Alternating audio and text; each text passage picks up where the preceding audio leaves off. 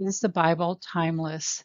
Theologians, advocates, and statesmen influenced by the Bible. Since it was first written, the influence of the Bible is worldwide and spans the centuries. No other book has been able to claim that kind of effect on every area of life. We've been taking a whirlwind tour through the centuries, looking at some of the people who changed the world because they were influenced by the Bible. Now in this video, we'll be looking at theologians, advocates, and statesmen. Let's look first at St. Francis of Assisi, founder of the Franciscans. He was born Giovanni di Bernardone, son of a wealthy cloth merchant from Italy. He was young, cavalier, and worldly in every way. This ended in 1202 when he became a soldier and spent a year as a prisoner of war. Inspired by the teachings of the Bible, Francis became discontent with his former life, and he began to live as a hermit. Also inspired by the Bible, Francis went on to establish a religious order centered on poverty, self-sacrifice, preaching the Christian message of salvation, and helping those in need. From his band of 12, a revival grew across Europe, and even today the Franciscans are an order of priests and nuns ministering around the world. George Whitefield, evangelist. George Whitefield was born in Gloucester, England, with incredible skills of oratory, developed through his participation in theatre at school. As a student at Oxford, he met John and Charles Wesley and became part of their Holy Club, meeting for Bible study, prayer, and encouragement in Christian discipline. By his early 20s, George had a commanding knowledge of the Bible and a deep Christian faith.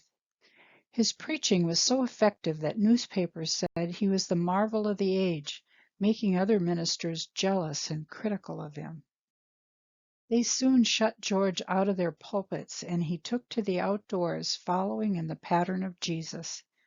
His first audience was coal miners, who seemed glad to hear of a Jesus who was a friend to publicans such as they were.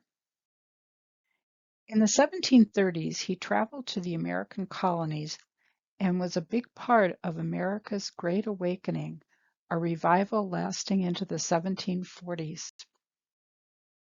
Prior to the American Revolution, it was said that George Whitefield was the best-known man in America, with 80% of the colonists having heard him preach.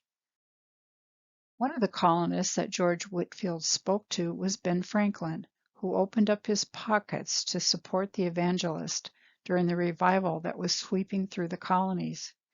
George and Ben became friends, although Ben never converted to Christianity. Ben Franklin, statesman. Ben Franklin was one of those amazing people whom we attribute many firsts to. As an inventor, he developed the lightning rod and then bifocal glasses. As a writer, he gave us Poor Richard's Almanac, short, pithy phrases of wisdom given for all kinds of situations. Here are a few that you might have heard. A friend in need is a friend indeed. Or maybe lost time is never found again. There are no gains without pains. As a statesman, Ben Franklin served as our first postmaster, then our first minister to England and France. Franklin opened the first public library in America and the first public hospital in Philadelphia. He went to the Continental Congress, where he helped to write our Constitution. And then before his death in 1790, he became one of the leading advocates for the abolition of slavery. While Franklin is looked at more as a deist than a Christian, nevertheless, he believed that religion was important to his society's moral compass. At the Constitutional Convention in 1787, he referred to the Bible when he said this, "I have lived, sir, a long time, and the longer I live, the more convincing proofs I see of this truth, that God governs in the affairs of men. And if a sparrow cannot fall to the ground without his notice, is it probable that an empire can rise without his aid? We have been assured, sir, in the sacred writings that, quote, except the Lord build, they labor in vain that build it, end quote. Frederick Douglass, advocate for the slave. Frederick Douglass was born a slave in Maryland to a black mother and a white father. He escaped to the North at age 20 and renamed himself Douglass. By the 1840s, Douglass was participating in the abolitionist movement and wrote his own biography called The Life and Times of Frederick Douglass in 1845. When he became the editor of a newspaper called the North Star, he appealed to the conscience of America through his powerful indictment against slavery. He always included biblical allusions and metaphors when he wrote. As a child, Frederick desperately wanted to learn to read so he could read the Bible.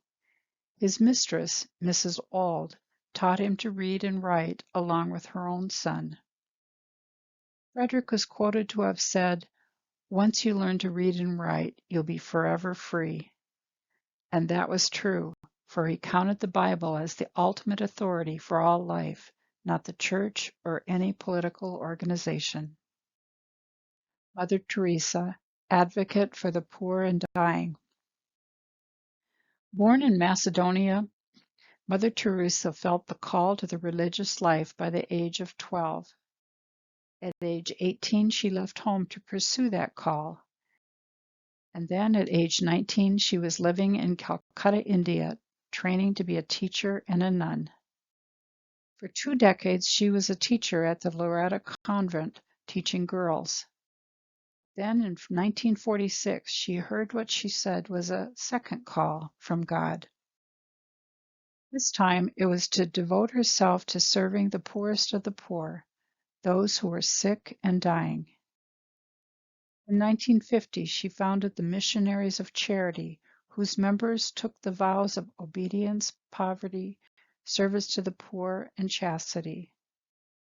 Since this time, the Missionaries of Charity have grown to include over 4,500 sisters working in 133 countries of the world.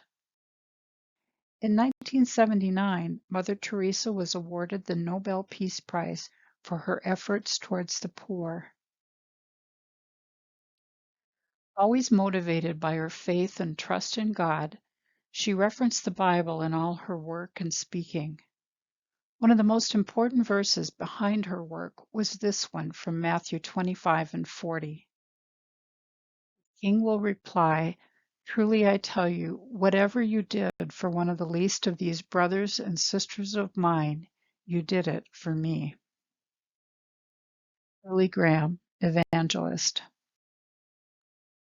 Billy Graham grew up in a Christian home outside of Charlotte, North Carolina.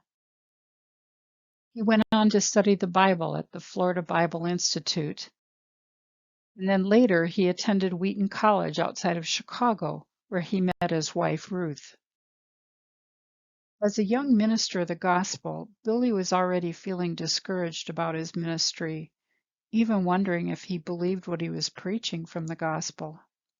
A crisis of his faith came when a friend attending Princeton started to believe the Bible was flawed and passed on his doubts to Billy. After much struggle, Billy knelt in prayer and said this: "Father, I am going to accept this as your word by faith. I'm going to allow faith to go beyond my intellectual questions and doubts, and I will believe this to be your inspired word." This prayer was foundational to his starting of the Billy Graham Evangelical Association in 1950 to spread the gospel to as many people as possible. His message and personal integrity influenced many U.S. presidents as well as other world leaders. Billy wrote this, quote, "When we preach or teach the scriptures, we open the door for the Holy Spirit to do his work. God has not promised to bless oratory or clever preaching. He has promised to bless His Word. In our next video, we'll look at some of the amazing books and films that are inspired by the Bible.